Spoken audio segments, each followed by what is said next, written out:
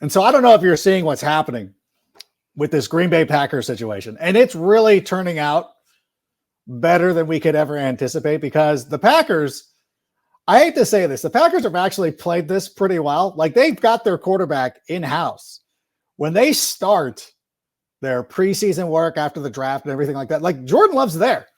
He's been working around, and Aaron Rodgers really like has no leverage. Like you've already said you want to play for the Jets. They don't need to trade you. They could trade you in August. Like they're in no rush. And now the Jets are like, well, we could move on to other options. So you're like, okay, go ahead and sign Blaine Gabbert or bring in whomever. Like I hate to give the Packers any sort of credit here, but when it's screwing over Aaron Rodgers, I almost have to tip my cap, the cap that I'm not wearing. I got to tip my cap to the Green Bay Packers. You know what? I don't want to do any of that. So, Sammy, let's just go ahead and start the show. Turn up your volume. Because you're about to listen to The Sick Podcast with Adam Ray. Trying to cut it back. Justin Fields making magic happen. There goes Fields. Touchdown. The sickest Chicago Bears and fantasy football podcast. Brought to you by Underdog Fantasy. Sports entertainment like no other. It's gonna be sick. Hey, everybody. Welcome to a very special edition of the Sick Podcast. Coming up in just a matter of moments, one of my favorite people in the industry of Yahoo Sports and the Reception Perception. Matt Harmon is going to be joining us in just a matter of moments. But before we bring him on, just wanted to go over a couple of things now. Over the last couple of days, Ed Oliver went out there, posted some cryptic stuff on Instagram, and that has set the world ablaze with Bears fans arguing whether he's a good enough player. Like, when you see the scenarios that get thrown about, like, yeah, if you give us 9 and 20, we'll trade. Like, no. We'll trade you a 5th round pick. And I was talking to some scouts and they're like, yeah, Ed Oliver's fine. Maybe I was overinflating him. But for the right price, I think Ed Oliver, if you can get him to come in, especially like if the price is right, like if they traded a 5th round pick or something like that, and then you give him an opportunity to prove whether he deserves a long-term deal or not, I think that is the ideal situation. We also did see this too. Charles Davis on NFL.com on Thursday released his latest mock draft. He has the Bears taking Jalen Carter with the 9th overall selection. So if you missed our show on Tuesday night to take it to the rank, Carmen Vitale and I discussed this in great length about what the Bears should do if Jalen Carter presents himself at number 9. So I want you guys to go back and check that out if you did not already see the show, but hopefully you did because it was a good one. This one is going to be exceptional though, because of course, over the last couple of weeks, the Bears have greatly improved their team by trading for DJ Moore, who has been one of my favorite players in the NFL. And he's also been a favorite of our guest here today. And again, he's one of the brightest minds in all of football, not just fantasy. That's just not a fantasy thing, but of football in general. He writes for Yahoo. He produces content. He did a podcast with Austin Eckler for Yahoo Sports. He is also the owner of the Reception Perception, which I want you all to check out when you get a chance after the show is over. But please welcome to the show, Mr. Matt Harmon. Matt, first of all, take the hat off for a second. You're right. We're balds. We're a couple of balds now. I'm a little long up here right now, yeah. Which I actually kind of appreciate, to be honest. I enjoy the buzz look a little more than just the clean dome. Yeah. But you know what? I can't pull it off as good as you, Uncle Rank. So I appreciate you having me, man. This is going to be pretty exciting. I'm excited for your Bears. You know, a serious wide receiver core. I think for the first time in Justin Fields' short career. So I'm excited to talk about it. No, I'm excited about it as well. By the way, we got kind of like, I got the Jason Statham, you're kind of the Rob Corddry, and I think it works for both of us. But let's talk about DJ Moore, because I know that when we worked together with the NFL Network, DJ Moore was one of our favorite guys coming out of college. He's been one of our favorite players for the last couple of years. What can you tell Bears fans? What makes DJ Moore so good? Man, there's a lot of different directions we can go here. I think the thing that I'm most excited about with DJ Moore for the Bears is that I think he can fill a variety of roles, which is great because I don't think that the Bears receiver core is a total blank slate. I think Darnell Mooney can be maybe a solid number 2, but a really good number 3. And I think that Chase Claypool, I talked to Justin Fields after the Super Bowl, and he was really emphatic that going from Matt Canada's offense, which, by the way, I don't have a lot of respect for the Matt Canada offense, and the route designs and the route concepts and the timing and rhythm of that offense, going from that to what's a really structured and kind of intense timing-based offense that the Chicago Bears run under Luke Getsy. That's a pretty hard transition. Fields was pretty insistent that was a difficult transition. I think we could all see that was a difficult transition. So even if Claypool never lives up to that, the pick that they gave up for him, even if that's always going to be a punchline for people out there, I think he can be, it will be, but I think he could be a useful receiver. So I wouldn't say they're a total blank slate, but DJ Moore, I think the thing that I'm most excited about is that he has shown in Carolina for a few seasons that he can function as a vertical X receiver, which I think is something that they desperately need. That number 1 traditional guy tethered to the line of scrimmage, going to face a lot of press man coverage on the outside. But I also think if you wanted to move him into the slot, or you wanted to get him off the line as a flanker, which is kind of where he played more last year, then you get him into these run after catch opportunities that I kind of think the Matt Rule-led Panthers have really underutilized DJ Moore in that way the last few years. So I think that positional versatility, especially as a potential downfield X receiver, is the thing I'm most excited about him in this offense. Is he too small to get into the slot or play flanker or anything like that? You don't want him over the middle, because I think his average depth of target last year was pretty good. But at the same time, do you want him maybe a little bit closer to the line of scrimmage? I think that, again, that's the benefit of this, is that if they want him hunting those deep targets, I'm sure we'll break down the actual reception perception stuff here in a sec, but like, he shows the ability to get open on those deep routes against press coverage, against man coverage, not at like an elite level, but at what I would say like a very good to potentially great level in terms of his ability to beat press man coverage on the outside. He can do that with those routes, but I remember talking to DJ Moore actually when we used to work together at NFL coming into the draft, and he was kind of comparing his game as an after catch player to like Golden Tate. So, and I think he's like a bigger souped up version of Golden Tate. So I think he's got the type of body that if you want him working over the middle, if you want him breaking tackles after the catch, if you go back to like his first season with the Carolina Panthers, and that was in 2018. So it's a little bit ago. That was really his best couple of years, the first 2 years, in terms of his run after catch ability. So I think from a size perspective, he does have the ability to play inside and take those hits over the middle, if that's what you're asking him to do. The reception perception is something that you started a couple of years ago. I know you relaunched the site. The site is brand new. It's redesigned. You can go to receptionperception.com. Go check it out. There is stuff. There are paywall stuff, but there's also valuable information. I also use it for my fantasy drafts, but I know it's more than this. And it's for everybody who wants to know a little bit more about the wide receiver position. What is it though that you do? What are you providing for people? Like, how do you chart these wide receivers?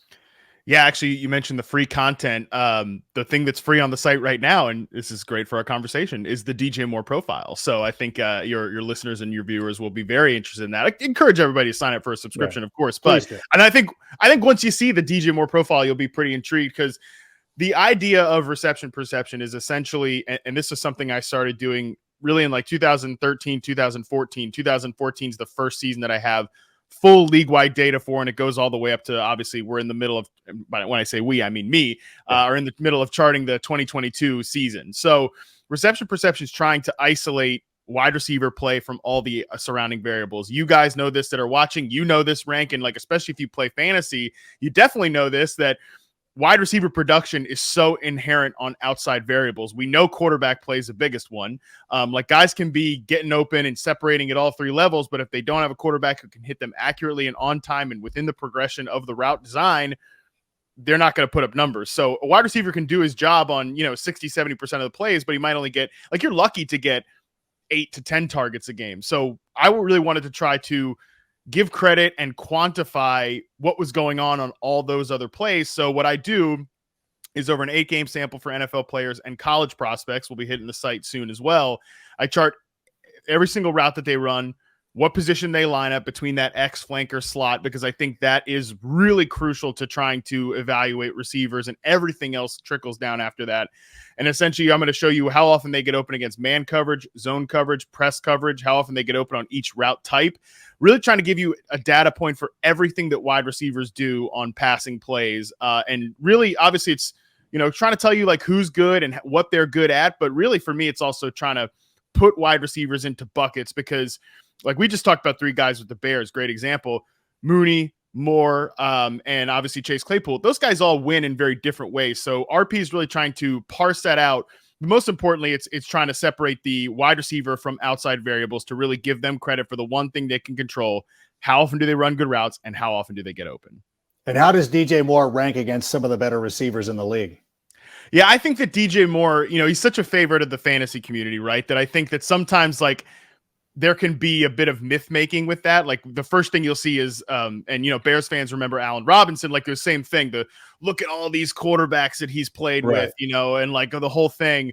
And DJ Moore is kind of on that path too, between, playing with the ghost of Cam Newton, and then Cam Newton again, and then Sam Darnold and Baker Mayfield, all these guys. So I think there's a bit of like, all right, well, he must be really, really like an elite level player that's willing to get ready to get unlocked. I think he's probably topped off as kind of like a very good to great number 1 receiver, just shy of that sort of elite tier, because one of the metrics that is most important in reception perception is the 70% success rate versus man coverage threshold and the 80% success rate versus zone coverage threshold. And it kind of varies based on where you line up, which is more important.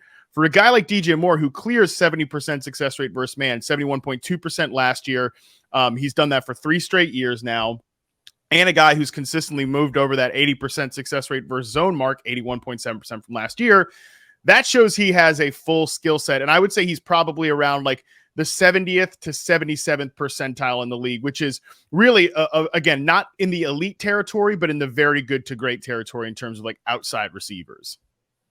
Yeah. What about the match with the quarterback with Justin Fields? And I know the last season when the year started, you weren't necessarily enthralled with the way that Justin Fields was playing.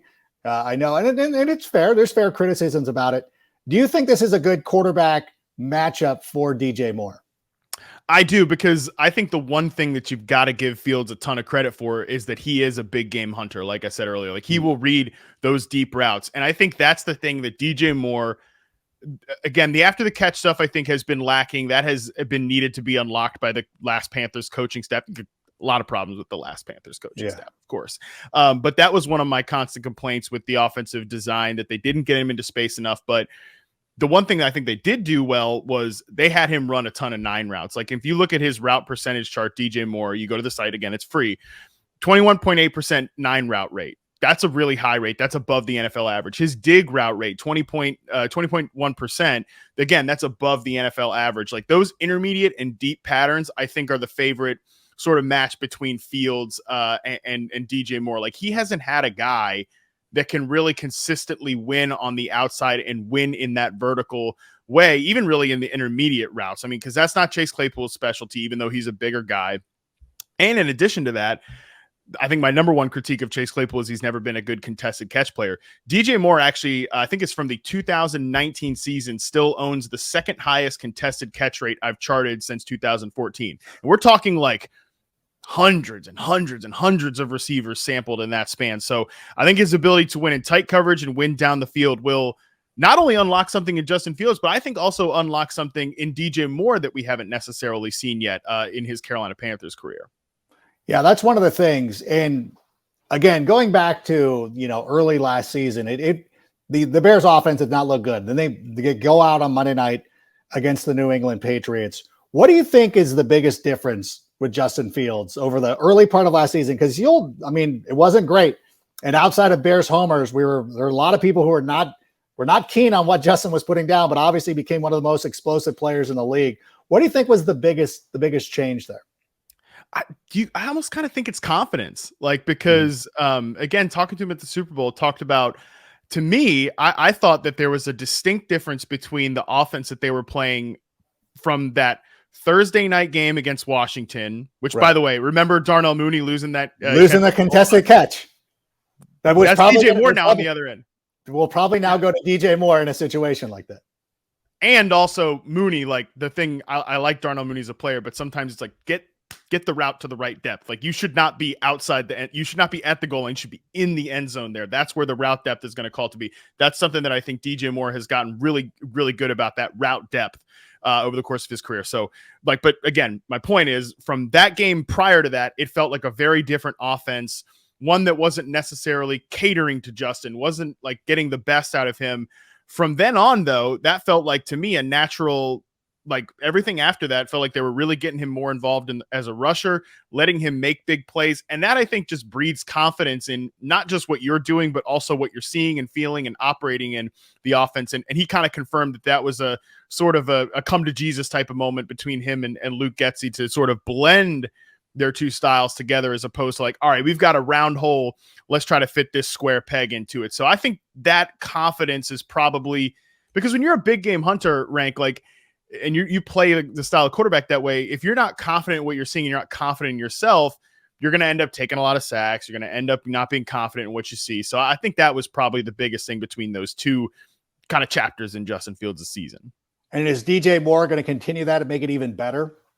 I think so, because you're going to trust, I'm not saying that DJ Moore is AJ Brown. I think AJ Brown's a tier or two above him as a receiver, probably just one tier. Cause I think, reception perception's always been like big on AJ Brown. He was a top 5 success rate versus, love AJ Brown, top 5 in success rate versus top 3 actually in success rate versus man and press each of the last 3 seasons, even dating back to Tennessee.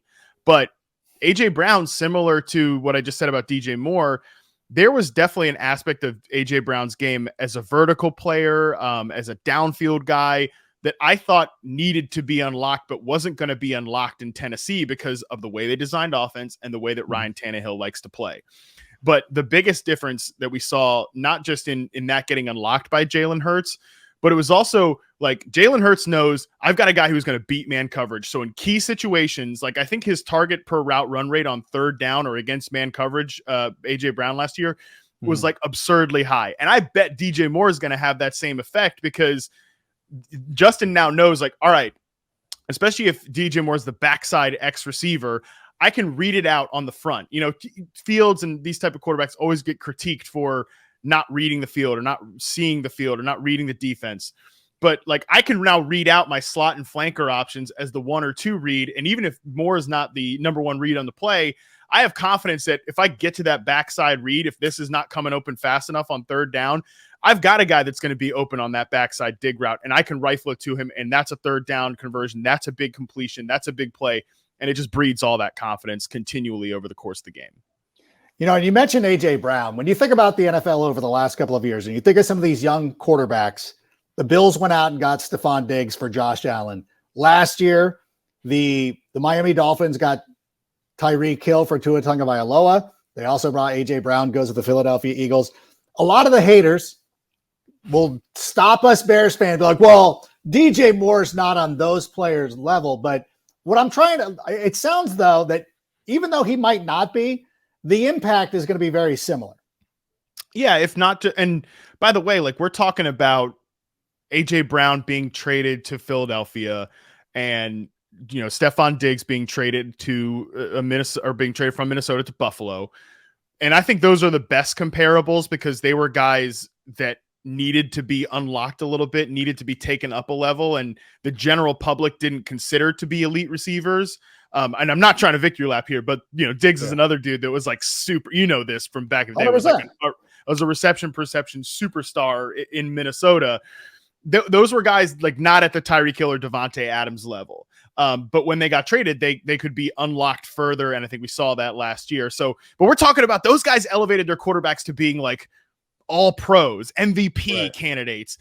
Maybe Justin Fields doesn't become an all pro or an MVP candidate right now, but this is year 1 of this experiment. Like that's the beautiful part about this trade, is that I think that DJ Moore is going to be a Bear for like 3, 4, 5 years or something like that. And then, Justin Fields, if he shows this year that he's the guy, he'll be the Bears quarterback for even longer than that. So if we can get Justin Fields to being like the 10th best quarterback in the NFL or something like that, Right. That's a huge win.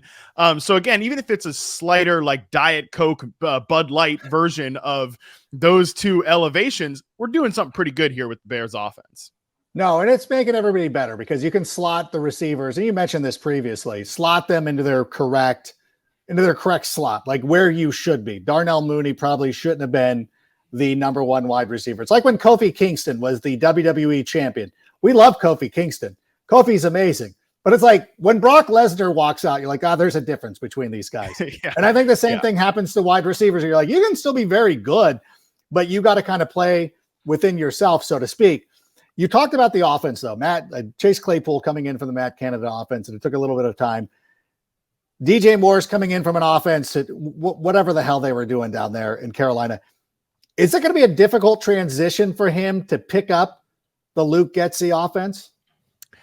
It's a good question. But I think that the fact that they'll have an entire off season together, cause really, this is a big corpo phrase, but like when you get traded in the middle of the season, that is like drinking from the fire hose, right? Shout out to the corpo overlords there with that one.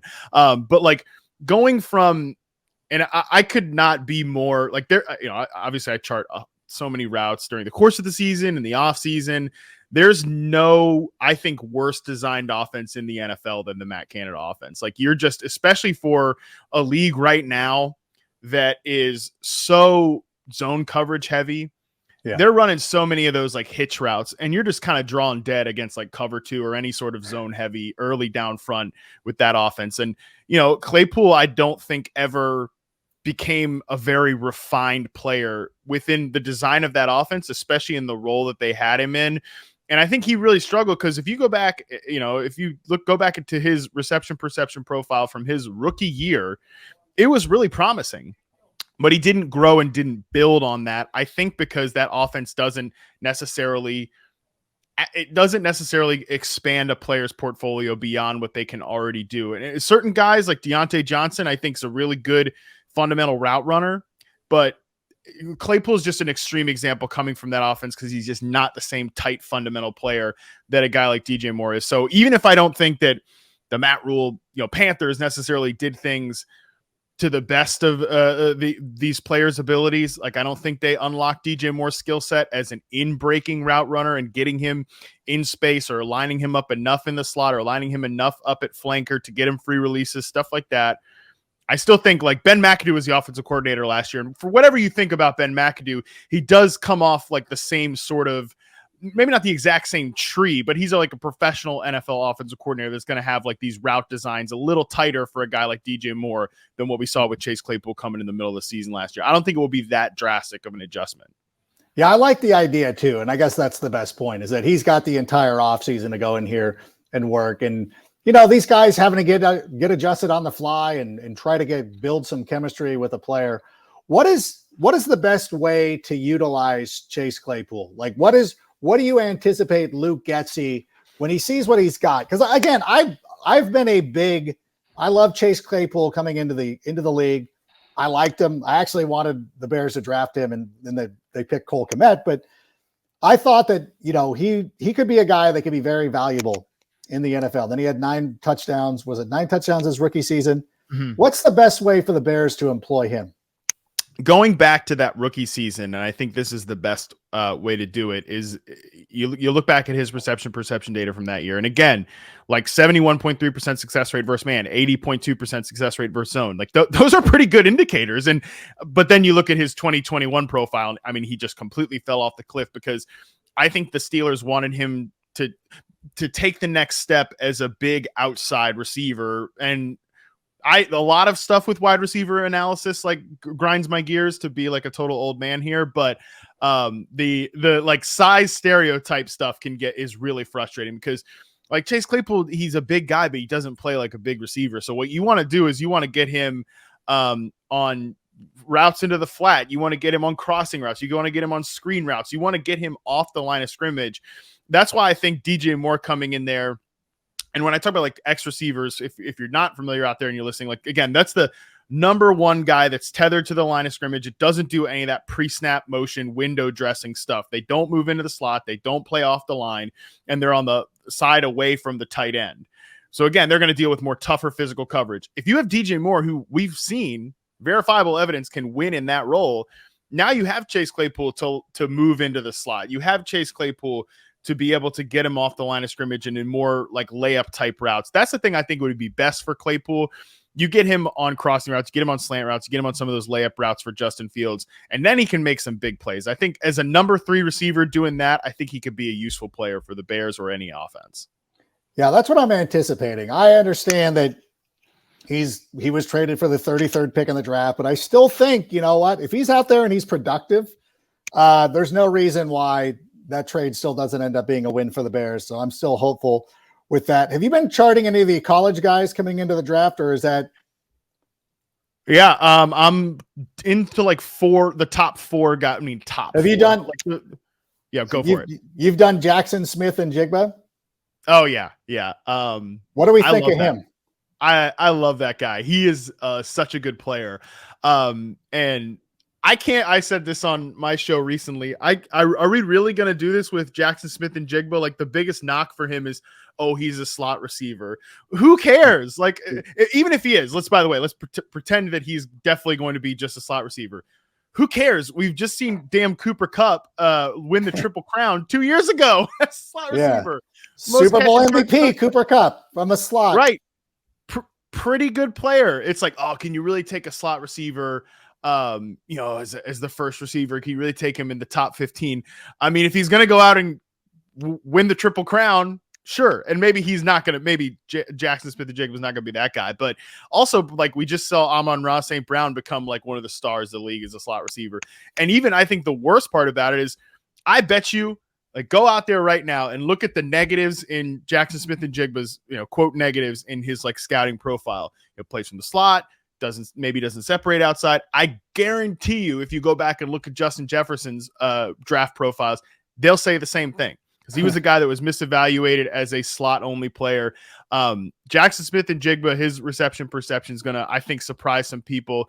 Small glimpses against man coverage, but he's so good running dig routes. He's so good over the middle of the field, but also shows a little bit of outside chops as well. I wouldn't hesitate. Like if I had a receiver need and I had a top 15 pick, I wouldn't hesitate. I think he is clearly the best receiver in the draft. And the one guy that, like, if he turns into a star, you want me to bet on like which guy turns into a number 1 receiver, a star. I think he would be that guy. How does he compare to some of the other guys from, let's say, the Ohio State program that have come out with Garrett Wilson, Olave, Jameson Williams? Like, where would he fit amongst that group? Yeah, shout out to Garrett Wilson and Chris Olave, 2 other guys I've talked to recently, and I know they've said this to other people too, but they were like, "Oh yeah, he's the best among us." I'm gonna politely disagree. I think that, but hey, no shade to hyping up your guy. I mean he's your buddy. You want him to get paid, or you're gonna get there and tell me at the Super Bowl that he's the best damn receiver of the 3 of you too. So I get it. But I think he is probably, just because I thought Olave was so refined. He was my number 1 prospect in last year's class. And then I had Drake London, Garrett Wilson 3rd. And I think Garrett Wilson, as much as I like Garrett Wilson, I think he even outkicked my expectations from his rookie year. Like, I think he has superstar potential. So this is actually a feature I'm working on for the site. I haven't even said this publicly yet, Rank. So this is first breaking news on your show. I'm going to put out prospect rankings for the Reception Perception subscribers from the last 3 classes, because they're the 3 classes that will be on the site. So if you wanted to see where does Jackson Smith-Njigba slot with all of those guys, that's all those classes, what I thought about them as prospects, not what they became in the NFL. So there might be 1 or 2, like, oh, yikes, what is that? But I think that, so that's one thing I'm working on right now. But I think in terms of those 4 guys you mentioned, I would have it as just as prospects, not what they became: Olave, Wilson, Jackson Smith-Njigba. And then I think there's a little bit of a teardrop to Jameson Williams. Not that I don't like him as a player, but I think those 3 guys really stand out head and shoulders above most of the dudes I've seen in the last 3 classes, other than Jamar Chase. The Bears, obviously, they brought in DJ Moore, Chase Claypool. They're sitting there at number 9. There's a lot of different ways they can go. And this has been a hotly contested debate amongst Bears Twitter right now. And it's almost come down to, like, which Ohio State player would you rather have? Paris Johnson Jr. Would you rather have Jackson Smith-Njigba? Would it be dumb if the Bears actually drafted Jackson and to put him in there to make this receiver room even better? No, I mean, because you can't spoil your quarterback, basically. I don't think that's a thing. Look, let's do the AJ Brown, Jalen Hurts comparison last year. What Jalen Hurts got to go out there and do is have a 1A, 1B receiver duo. That's how good I think Devontae Smith is. I mean, I think he is. I'm not saying he's as good as AJ Brown, but love him. I'm not saying he's as good as AJ Brown or that he's better or anything like that, but it's worth a conversation. And by the way, I don't think, wide receiver production, it's fake news, stuff like that. But their production was pretty close there at the end of the year. And I think that's reflective of who they are as players.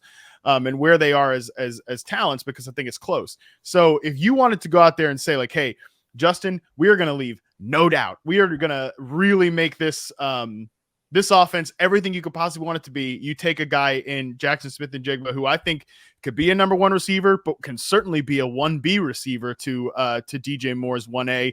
Or shoot, you know what? I honestly, if it was the other way around in a couple of years, Jackson Smith-Njigba plays 2 years in the NFL, I think he could be as good or better than DJ Moore. So it could be a real conversation, a real debate is like, who's 1A, who's 1B, but I think they could both be number one receivers. And again, I like Darnell Mooney. I like Chase Claypool, but I think you'd ideally want those guys to be the third player in your passing game. So the Bears shouldn't look at anything and be like, we're done with the receiver core. If they love this guy, if they're even able to trade back a couple spots because they think they can try to read this receiver market right, I think I wouldn't hate that either. So yeah, there's no way that would be a dumb move, but certainly would be like, Rank, remember the memes about Penei Sewell and it's Jamar Chase. With Joe Burrow. It's like I get it. It would be nice to not have Justin Fields, dropped all the time for sacks. Joe Burrow dropped all the time for sacks. But you know what helps you not get dropped for sacks is when you got two dudes who are consistently open. I think about that all the time. And Penei Sewell has gone off and played very well. But I don't think that the Bengals get to the Super Bowl. I don't think that they get to the AFC Championship game without Jamar Chase. And I think that's the bottom line. And so we keep having these conversations, and I say the same things you do. I actually really trust Ryan Poles. Last year, getting Braxton Jones as the left tackle of the future in the 5th round, he's got a bunch of draft capital now that you can go out. He's going to find a lineman somewhere. I have no doubt in my mind. But even if you could drop down, like if Will Levis drops or Richardson or one of these quarterbacks drops, and you're able to move down a few spots, I still think that Jackson Smith-Njigba will be available because we've seen this time and time again. Remember the year that Justin Jefferson was drafted? Everybody, that was the Judy draft and all those guys. All Henry those Ruggs, receivers fell. And they went Henry Ruggs. The Raiders went Henry Ruggs at number 12 to start that run, then Judy, then the TCU guy. I can't even remember. Was it Jalen Reagor? Yeah, Jalen Reagor, Jesus. Been a lot rough run for TCU lately. We'll see if Quentin Johnson is any better, but we'll see. I don't think so. I really I don't want to make, because like everybody's like, well, there's other receivers in the draft, and you can talk about Tank Dell and all. I'm like, you know what? I don't want to play this game. Rashid Rice, I don't want to play this game.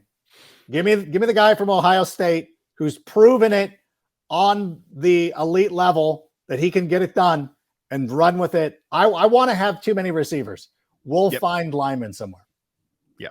Good problem to have, I think. And I'm with you that you either take the guy who I think is head and shoulders above all the other receiver prospects in Jackson Smith-Njigba, or you just forget about it and get like depth guys in the 3rd round, 4th round, 5th round. Cause Mooney's contract is coming up. Chase Claypool's contract is coming up.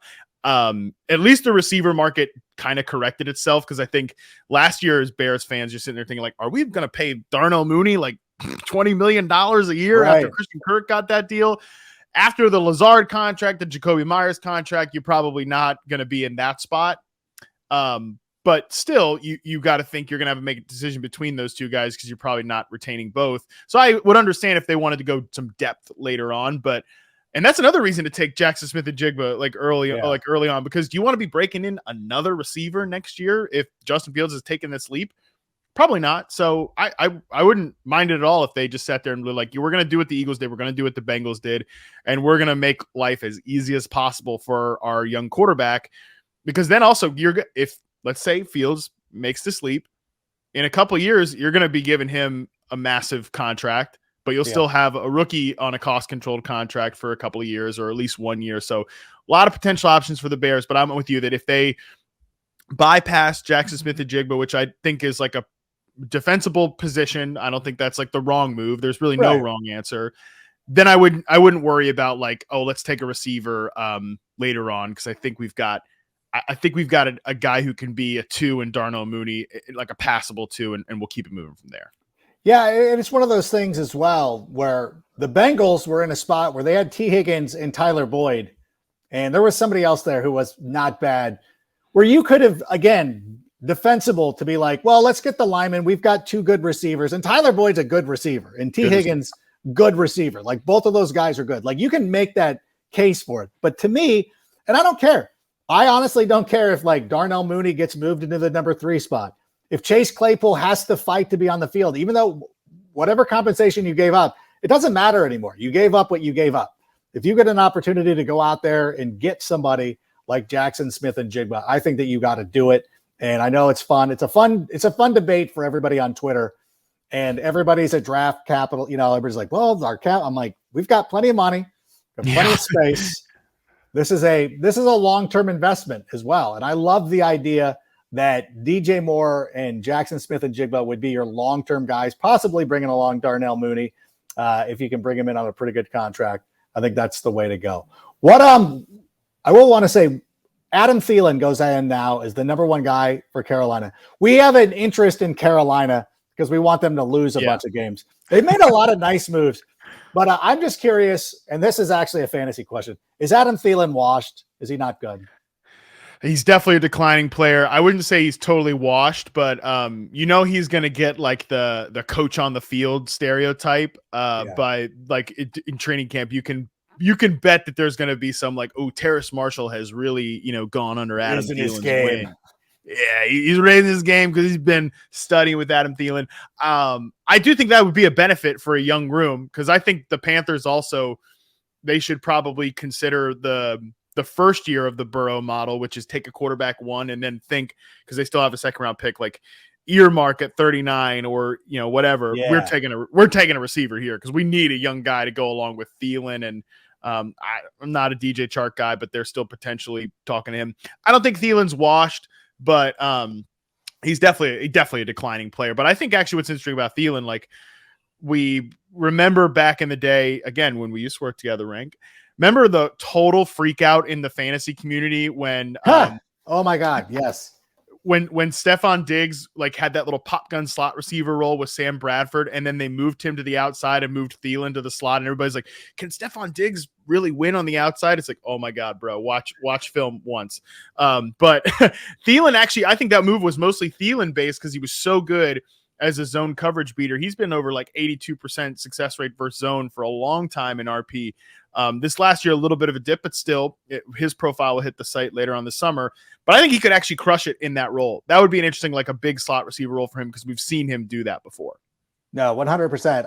I still say he's going to end up with like 9 touchdowns as well. He might end up with 400 yards, but he's going to get like 10 touchdowns, and it's going to be ridiculous. And we're going to be upset with them every week as Terrace Marshall or Tank Dell, whomever, ends up being the wide receiver down there in Carolina, ends up going off. All right. Once again, tell everybody where they can find all this great information. How can they subscribe?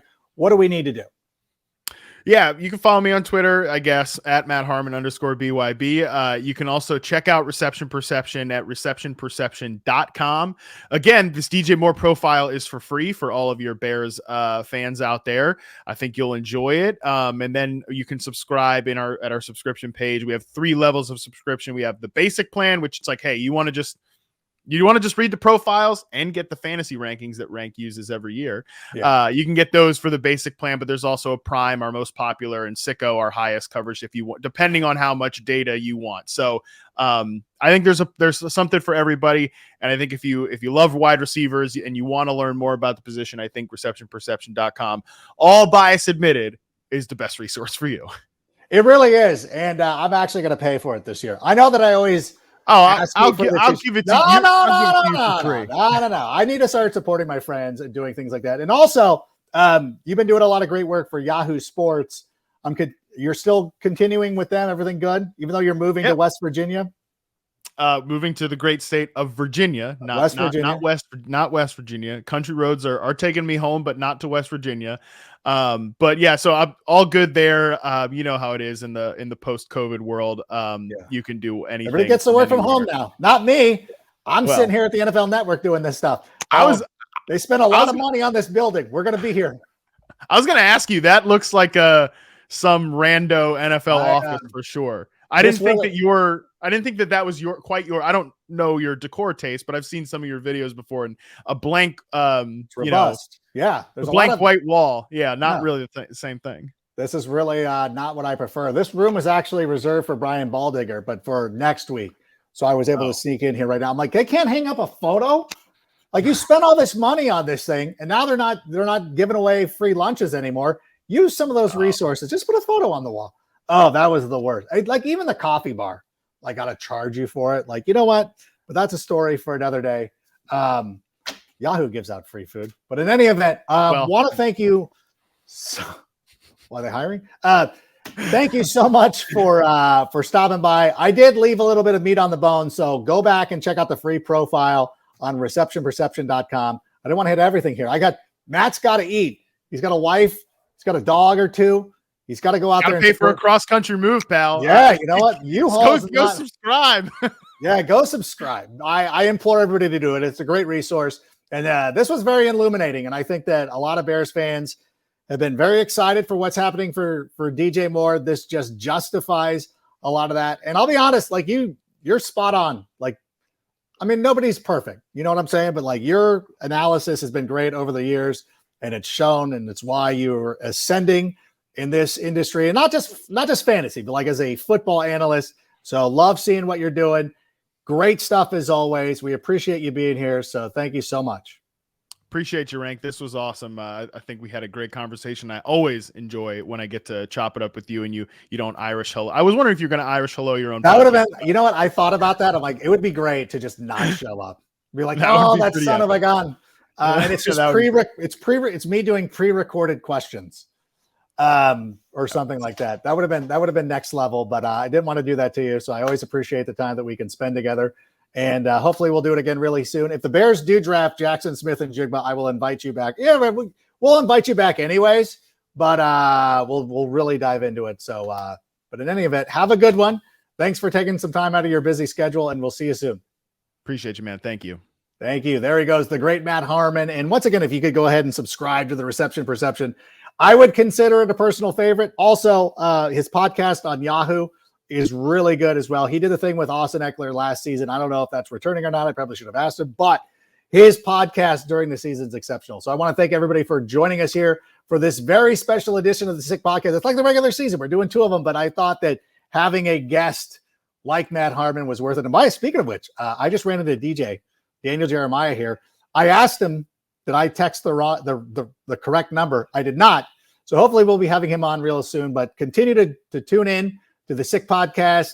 Check me out on NFL Total Access. If you're watching this on Friday morning, I'll be on this evening.